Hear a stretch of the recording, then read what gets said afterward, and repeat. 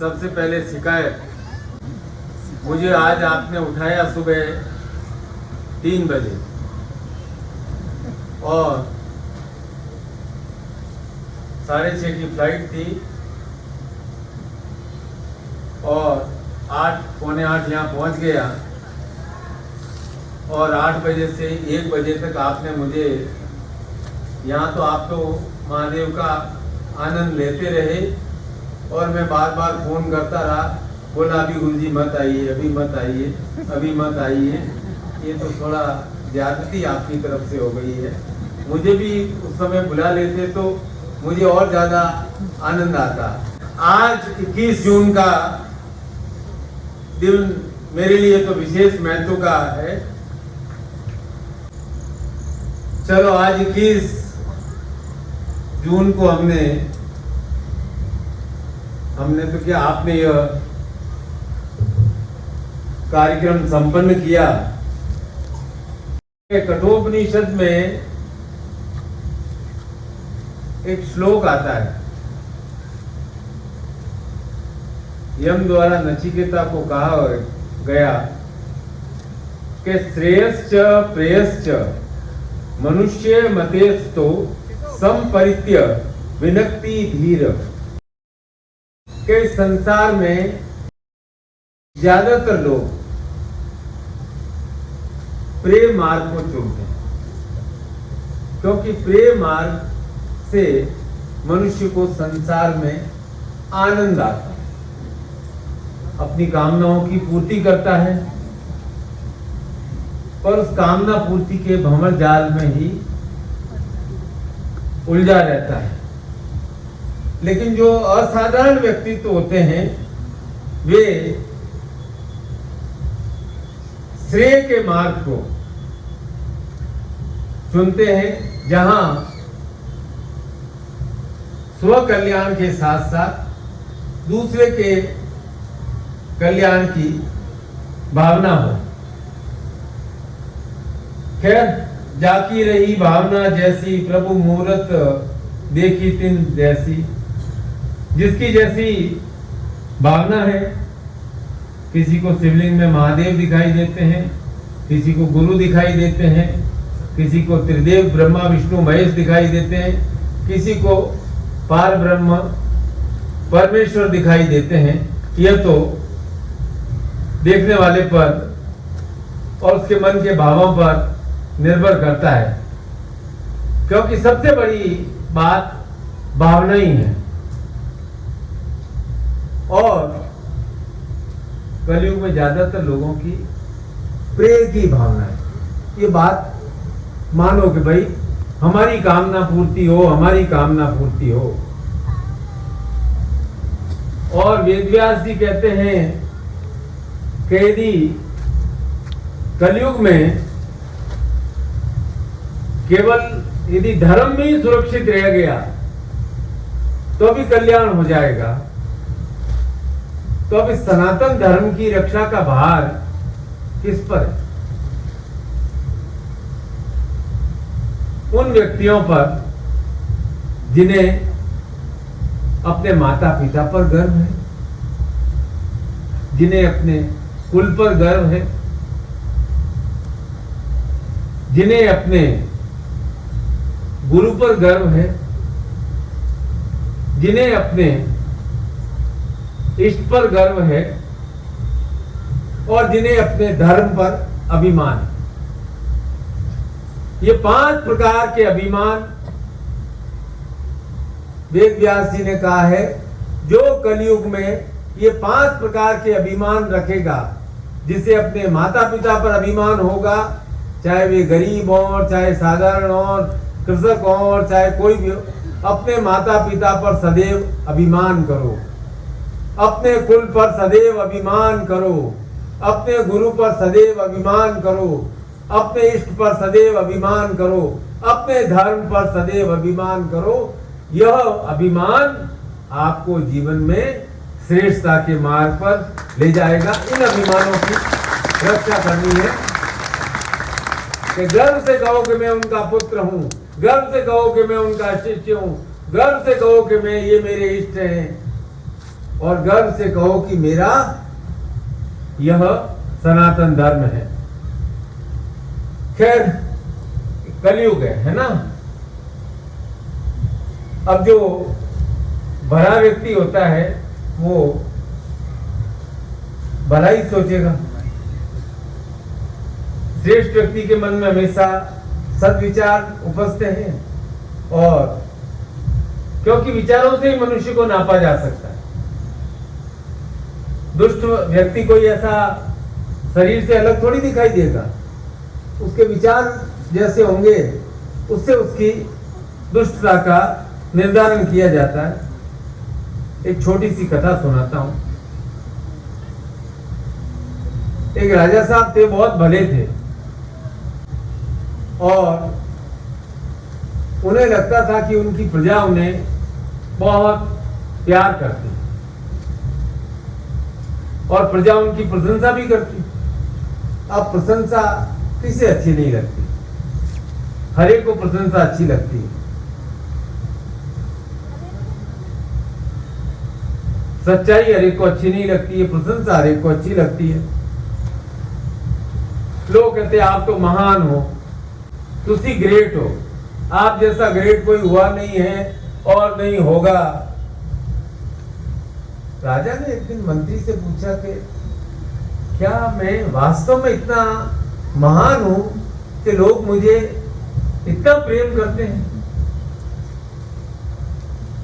मंत्री ने कहा कि अब मैं क्या जवाब दूं? सत्य बताऊं या नहीं बताऊं? एकाएक उसे रामचरितमानस का श्लोक याद आ गया कि सचिव वेद गुरु तीनई जो बोले भय आस, राज धर्म तन तीनी कर होय बेगई नाश।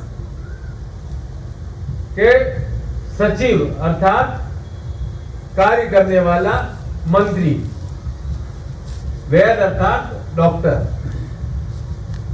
और गुरु अर्थात गुरु। यदि ये तीनों भय के वश सत्य नहीं बोलते हैं तो ये राज धर्म का पालन नहीं करते हैं और उस राज्य का, उस धर्म का नाश होता है। तो मंत्री ने साफ साफ कहा, महाराज जी ये कलयुग है और कलयुग में झूठ का साम्राज्य चलता है। लोग कहते कुछ और हैं, करते कुछ और हैं।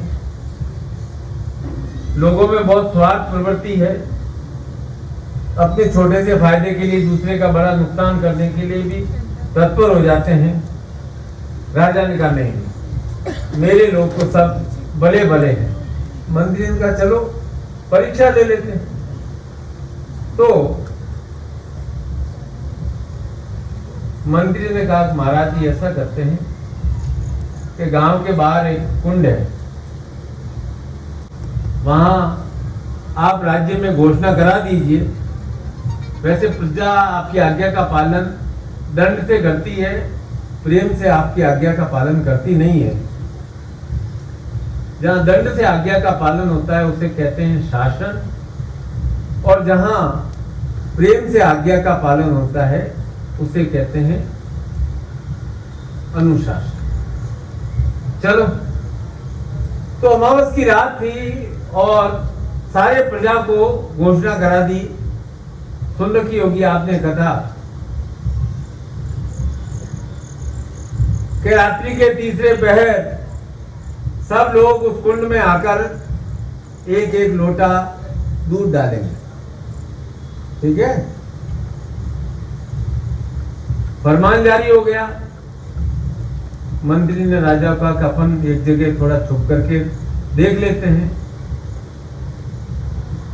और देखा लंबी लंबी लाइनें लगी हुई है। अमावस की अंधेरी रात, एकदम 2-3 बजे और लाइनें ही लाइनें लगी है। राजा ने मंत्री का देखा, तुम तो कहते थे ना कि प्रजा मुझे प्यार नहीं करती है, कितनी लंबी लाइनें लगी हुई। आता एक लोटा डालता और चला जाता ऐसे। भोर हो गया, सुबह हो गया। मंदिर में का राजा साहब चल करके देख तो लेते हैं कुंड कितना भर गया होगा, हजारों लोग उन्हें दूध डाला है, भर गया होगा।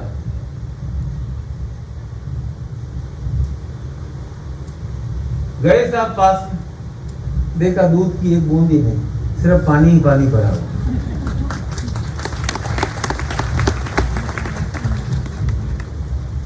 क्या है, सबने सोचा कि दूसरे लोग तो दूध डाल रहे हैं, मैं एक लोटा पानी डाल दूंगा तो दूध में पानी मिक्स हो जाएगा, किसको मालूम पड़ेगा।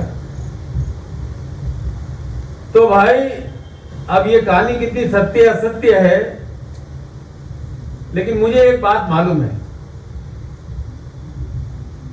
कि निखिल के राज्य में ऐसा नहीं होता है। यदि वो कहता है कि मैं दूध डाल रहा हूं तो वो दूध ही डालता है। जिसने गुरु को धारण किया है, निखिल को धारण किया है, उसने तन मन बुद्धि और प्रेम के साथ धारण किया है। क्योंकि जैसा गुरु का भाव होता है वैसा ही भाव धीरे धीरे शिष्य में आता है। शिष्य जब गुरु के पास आता है ना तो बड़ा चालाक होता है, चुस्त होता है, फिर धीरे धीरे उसके भाव बदलते हैं।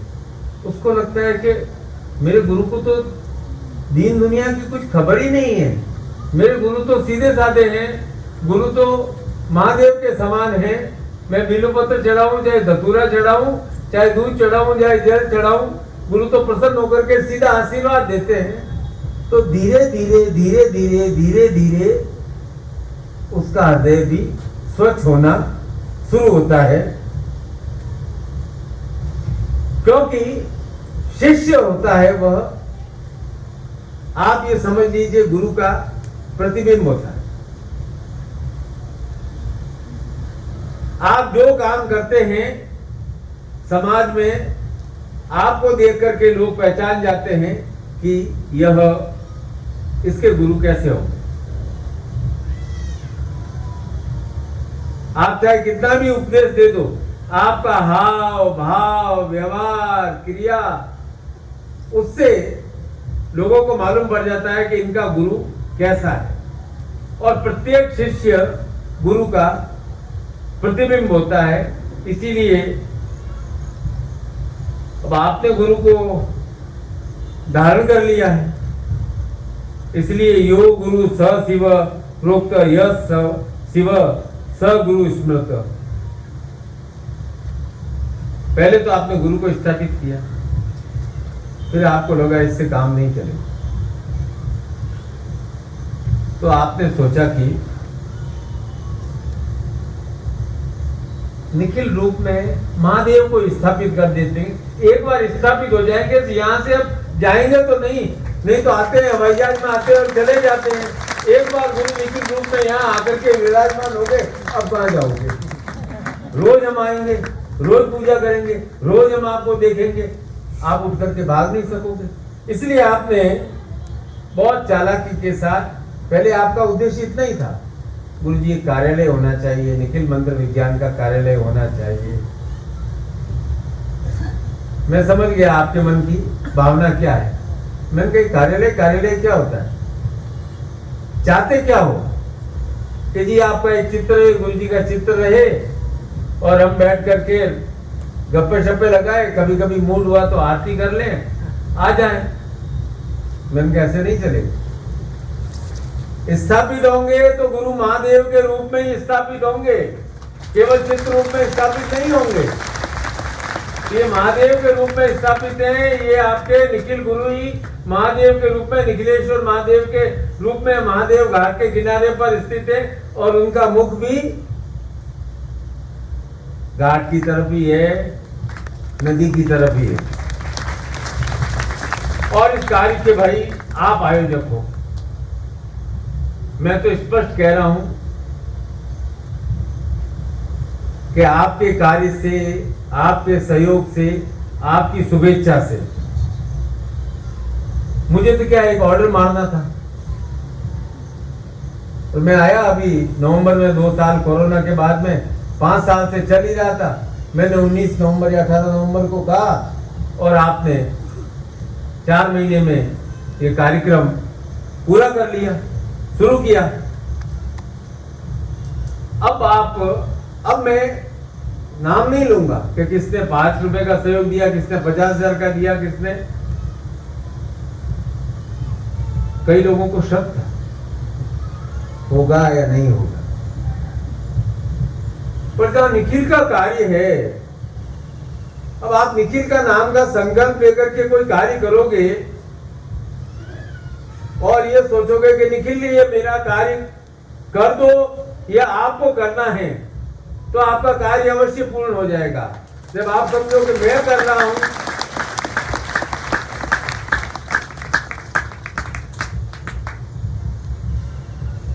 अब क्या करना है बोलो। मैं कोई विस्तार की भी बात नहीं कर रहा हूं, कितने हजार लोग तो होंगे या और कई लोग आ नहीं सके हैं। मेरा तो ये कहना है आपको, आज आदेश है कि आप नियमित रूप से अवश्य आए। रायपुर में रहने वाले कितने सप्ताह में 1 दिन आओगे, कितने दिन आओगे गुरु के सामने? बोलो कितनी बार आओगे, बोलो भाई। है सप्ताह में 1 बार, 15 दिन में 1 बार, कुछ लोग रोज आएंगे।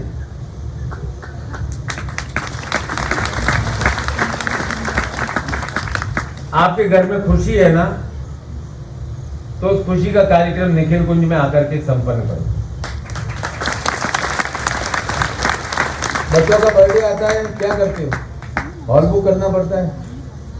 ये हॉल है ना आपका, यहाँ आप आइए, बच्चों को बर्थडे बनाइए, केक काटिए, शादी की सालगिरह है, केक काटिए। महादेव नाराज नहीं होंगे, करे अरे अरे मेरे यहाँ केक क्यों काट रहे? महादेव नाराज नहीं होंगे। घर में झगड़ा भी हो जाए ना पति पत्नी का, यहाँ आकर के दोनों आकर के बैठो। यहाँ शिव और शक्ति दोनों विराजमान है, वो झगड़ा तो सुलझ जाएगा।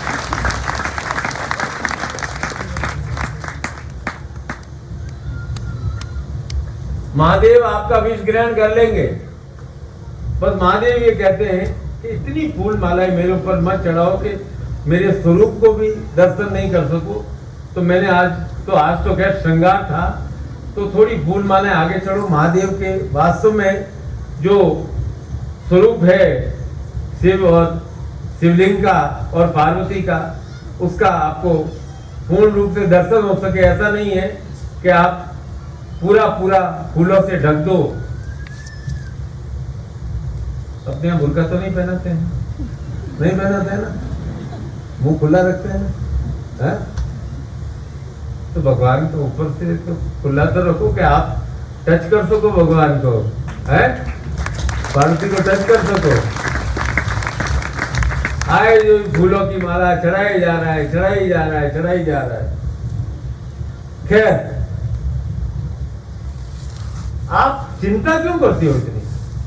मुझे तो निखिल की शक्ति पर पूरा भरोसा था कि भाई चाहे 2 साल विलंब हो जाए, कार्य अवश्य पूर्ण होगा। और संन्यास महोत्सव पर जब आपने कहा कि हम 1 महीने में सब सहयोग कर देंगे, तो आपने स्थान बना ही लिया आपने आखिर, है?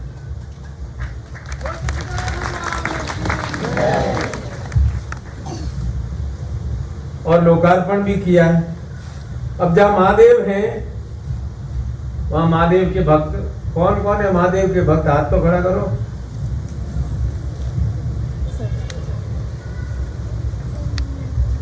तो भाई ये गुरु मंदिर है, इतनी चिंता मत करो। मैं भी क्या है, नित्य प्रसन्न रहने का अभ्यास करता हूं। प्रसन्न रहने के भी अभ्यास करना पड़ता है। दुखी होने के 100 बहाने, पर दिन भर में ऐसी 5-10 घटनाएं तो घटती है जिसके कारण से आप प्रसन्न रह सकते हो। उन 5-10 अच्छी घटनाओं को अपने हृदय में बसाओ।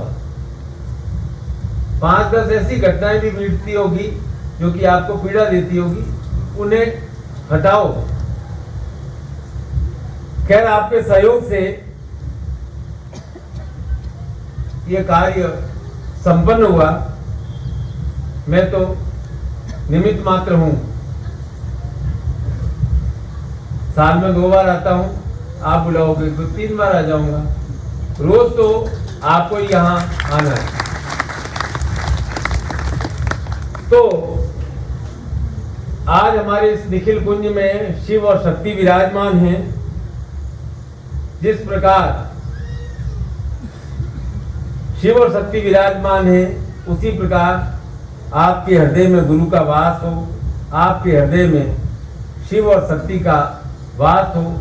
और ओम त्र्यंबक यामहि सुगंधिनीं पुष्टिवर्धनम् उर्वारुक बंधनात् मृत्योर्मुक्षीमामृतात्।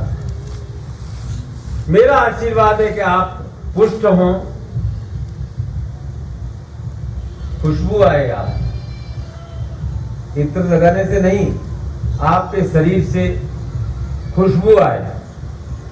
कीर्ति हो, आपके हाथों से श्रेष्ठ कर्म हो। जिस प्रकार आपने निखिल कुंज में महादेव को स्थापित किया, उसी प्रकार अपने हृदय में भी महादेव को स्थापित करें, क्योंकि महादेव अर्थात शिव, जहाँ शिव है वहाँ शक्ति है, और जहाँ शक्ति है वहाँ कार्य सिद्धि है। ठीक है ना? कार्य सिद्धि आप चाहते हो, क्योंकि आपके जीवन में कुछ मनोकामनाएं होनी चाहिए। भाई मनोकामना तो, और प्रत्येक मनोकामना पूर्ण होनी चाहिए। इसके लिए गुरु से आपको शक्ति बराबर अवश्य प्राप्त होती रहेगी।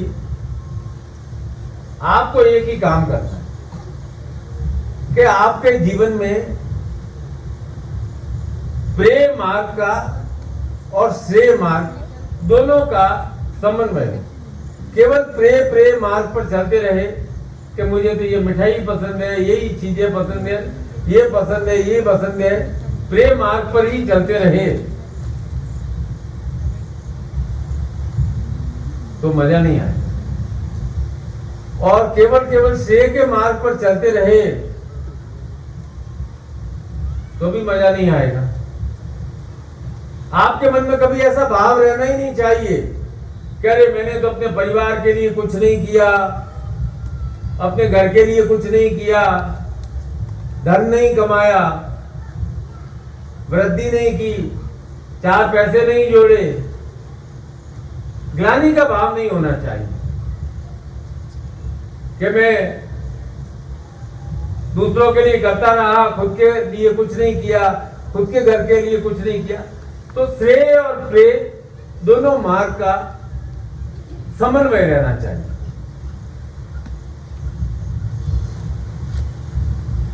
बिल्कुल सही मार्ग पर चल रहे हैं आप, बहुत अनुशासन से युक्त हैं। आपके मन में प्रेम का, श्रद्धा का और स्वाभिमान का भाव है। भावनाएं, सबसे बड़ी बात है कि आपकी भावनाएं उच्च है। अपनी भावनाओं को नीचे मत गिरने देना। थोड़े से स्वार्थ के लिए अपनी जो भावनाएं गुरु से प्राप्त हुई हैं, आपके हृदय में उठी है, उन भावनाओं को सदैव उच्च बनाए रखना। सब जीते हैं जी, है ना? 70, 80, 75, कोई कम आयु, कोई ज्यादा आयु। कुछ लोग केवल स्वार्थ के लिए जीते हैं और कुछ लोग खुद के लिए भी जीने के साथ साथ समाज के लिए भी जीते हैं। तो इसलिए आपका आज से नाम दे रहा हूं VIP। छत्तीसगढ़ का प्रत्येक साधक VIP। VIP का मतलब क्या है? Very important person. तो महादेव मंदिर से जाओ तो स्पर्श करके जाना, समझना, अपने आप को कहना I am VIP, मैं वेरी इंपॉर्टेंट पर्सन हूँ, मैं साधारण व्यक्ति नहीं हूँ, मेरा जीवन कुछ विशेष कार्यों के लिए हुआ है, विशेष कार्यों के लिए मैं गुरु से जुड़ा हूँ, मेरी मनोकामनाएं अवश्य पूर्ण होंगी, मैं अपने जीवन में निरंतर वृद्धि के मार्ग पर अवश्य चलूंगा और मुझे सौभाग्य भी प्राप्त होगा, कीर्ति भी अवश्य प्राप्त होगी। आपको यह मालूम है कि आपका लक्ष्य क्या है और आपको किस मार्ग पर चलना है। आपके जीवन में आपने जान लिया है कि भाई मेरा शरीर, मेरा मन 5 तत्वों से बना है। वायु, अग्नि वगैरह के बात नहीं मैं कर रहा हूं। आपने 5 तत्व बुद्धि, ज्ञान, श्रद्धा, प्रेम और विश्वास, कौन से? पहला कौन सा? बुद्धि। कोई बुद्धू तो नहीं है यहाँ? बुद्धिहीन तो नहीं है ना? कोई बुद्धिहीन है तो बोल दीजिए। बुद्धि सब में है, ज्ञान सब में है, ज्ञान सब में, प्रेम है कि नहीं है सब में? बोलो जोर से, बोल सतगुरुदेव की। और श्रद्धा है किसके प्रति?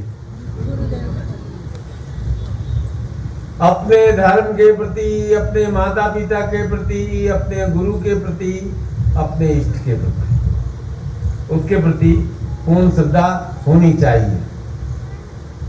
इसलिए जीवन में अपने माँ बाप को कभी कुछ मत कहना, ऐसा मत कहना कि मैं तो गरीब घर में पैदा हुआ, आपने मेरे लिए कुछ नहीं किया। उन्होंने आपको इतना किया, उसके कारण से ही आप यह संसार देख सके हैं। उनसे बड़ा दाता तो कोई है ही नहीं। सदगुरुदेव की, सदगुरुदेव की, सदगुरुदेव की। ओम हर हर। हो गया। तो भाई ये 5 तत्व है, इनको संभाल करके रखना। वापस रिपीट करना, बुद्धि को तीक्ष्ण करते रहना, एकदम चाकू के धार की तरह तेज रखना बुद्धि को। ज्ञान में वृद्धि करते रहना, श्रद्धा में वृद्धि करते रहना और प्रेम में वृद्धि करते रहना और विश्वास में वृद्धि करते रहना। 2-4 लोगों ने यदि विश्वास तोड़ भी दिया है तो 96 लोगों ने आपका विश्वास रखा है। परसेंटेज तो उन विश्वास रखने वालों का, आपने विश्वास दिया है उसका ज्यादा है। आप थोड़ी हो कि गुरु आदेश दिया कि सहयोग करना है, दूसरे कर ही रहे हैं, अब किसको मालूम पड़ेगा। वो लोटे वाली कहानी आपने तो नहीं दोहराई ना कि कौन देख रहा है, मैं तो एक पानी डाल देता हूँ, सब दूध डाल रहे हैं। आपने वास्तव में सहयोग किया है। और मैंने शिष्यों को बहुत प्रेम के साथ पाल पोस करके मैं बड़ा कर रहा हूं। तो आप निखिल शिष्य हैं, इस बात का सदैव ध्यान रखेंगे। क्या कि आपने 2 लाइनें सार्थक कर दी, वो लाइनें आपको दोहरानी है।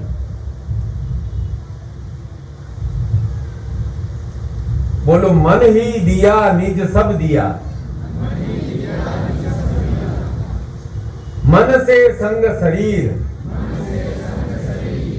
अब देवे को क्या रह गया, यो कथी कही कबीर। क्या है इसका अर्थ? कि गुरुदेव आपको मन ही दे दिया, अर्थात निज सब दे दिया। मन के साथ ही तो शरीर जुड़ा हुआ है, मन के संग शरीर, अब देव को क्या रह गया है। गुरुदेव आपने धीरे से आकर के हमारा मन ले लिया, मन लिया तो मन के साथ शरीर जुड़ा हुआ था, अब शरीर भी आपकी सेवा में, आपके कार्यों के अंदर जुड़ गया। अब हमारे पास देने को राही क्या है, फिर भी आप कहो कि देते रहो देते रहो। शिष्य कह रहा है, गुरुदेव सब कुछ तो दे दिया है, अब आप और क्या लोगे। चलो, अब मन को आपने गुरु को सौंप दिया है तो मन के साथ तन आ गया है और मन के साथ आपकी सारी सारी सुंदर सुंदर अच्छी अच्छी भावनाएं हैं, बुरी भावनाएं तो है ही नहीं। निखिल शिष्य में तो बुरी भावना हो ही नहीं सकती है, यह मैं गारंटी के साथ कह सकता हूं। और इस ऐतिहासिक अवसर पर मैं आप सबको बहुत बहुत आशीर्वाद देता हूं। आपके जीवन में 100 भाग्य जागृत हों, यश और कीर्ति में वृद्धि हो। आज गुरु से मांग लो, धन चाहिए या सौभाग्य और कीर्ति चाहिए? बोलो। हैं? सौभाग्य कीर्ति चाहिए, धन भी चाहिए। तो भाग्य कौन जागृत करता है? महादेव जागृत करते हैं। महादेव के साथ कौन है? शक्ति है। शक्ति होती है तो प्रयत्न होते हैं, प्रयत्न होता है तो महादेव की कृपा बरसती है। महादेव की कृपा होती है तो भाग्य जो ईश्वर का कहते हैं लिखा हुआ है, वो लिखा हुआ बदल जाता है, सौभाग्य जागृत हो जाता है। जब सौभाग्य जागृत हो जाता है तो शुभ कार्यों में हम उस सौभाग्य को लगाते हैं तो यश और कीर्ति प्राप्त होती है। मुझे मालूम था कि गुरु पूर्णिमा से पहले ये कार्य संपन्न हो जाएगा, इसलिए इस बार गुरु पूर्णिमा महोत्सव का नाम सौभाग्य और कीर्ति महोत्सव नाम इसीलिए दिया कि मुझे मालूम था कि गुरु पूर्णिमा से पहले पहले यह प्राण प्रतिष्ठा, यह कार्यक्रम अवश्य ही पूर्ण हो जाएगा और गुरु से पहले शिष्य का सौभाग्य, यह मेरा आशीर्वाद। गुरु से पहले शिष्य की कीर्ति। यहां मेरा प्रत्येक शिष्य प्रसन्न रहे, प्रत्येक शिष्य कीर्तिमान रहे, स्वस्थ रहे। हेल्थ इज वेल्थ, है ना?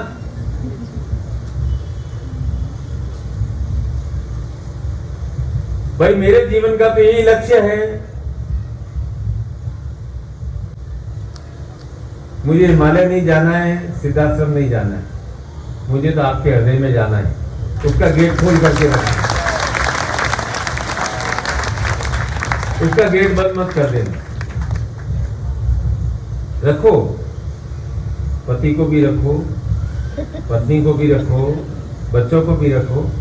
थोड़ा एक छोटा सा कोना गुरु के लिए जरूर रख देना अपने हृदय में, इतना स्पेस गुरु के लिए जरूर कर देना। उस शिष्य के हृदय रूपी हिमालय में, शिष्य के हृदय रूपी सिद्धाश्रम में गुरु विचरण करना चाहते हैं और यही गुरु और शिष्य संबंधों का सार है। आज आपको बहुत बहुत बहुत बहुत बहुत बहुत बधाई।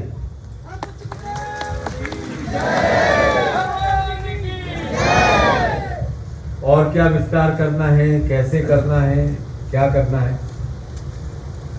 जब बच्चा बड़ा हो जाता है ना, माँ बाप को कहने की जरूरत नहीं रहती है ना? ये जरूरत रहती है। तो आप बड़े हो गए हो, समझदार हो गए हो, श्रद्धावान हो गए हो, योग्य हो गए हो, प्रेमवान हो गए हो। गुरु को भी विश्वास 101% आपके ऊपर विश्वास आ गया है कि आपने यह कार्य कर दिखाया है। अब आगे जैसा आपका मन करे उसी प्रकार से विस्तार करना। कैसा लगा आज का? महादेव के दर्शन किए, अच्छा आनंद आया?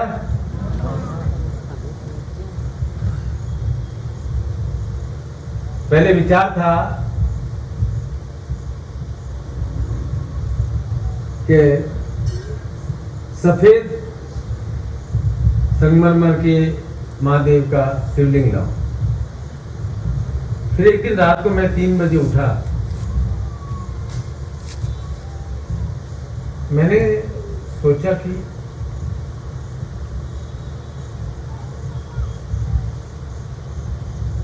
राम सांवले, कृष्ण गहरे रंग के, नीले रंग के। तो महादेव को मैं गोरा क्यों रखूं? पार्वती है ना गोरी। महादेव तो जो श्याम वर्ण है उसमें सारे रंग मिलकर के एकाकार हो जाते हैं, एक जैसे हो जाते हैं। ऐसा निर्णय कर मैंने यह मूर्ति का निर्माण करा है। अभी मूर्ति नहीं है, आज से 3 दिन पहले तक ये मूर्ति थी। अब ये क्या है? निखिलेश्वर महादेव। आइए आप, और ऊपर भी और बनेगा। एग्जाम जब हो उसके पहले भी आ जाओ। महादेव ध्यान रखना, पार्वती ध्यान रखना। लिखूंगा मैं, लेकिन लिखाएंगे आप।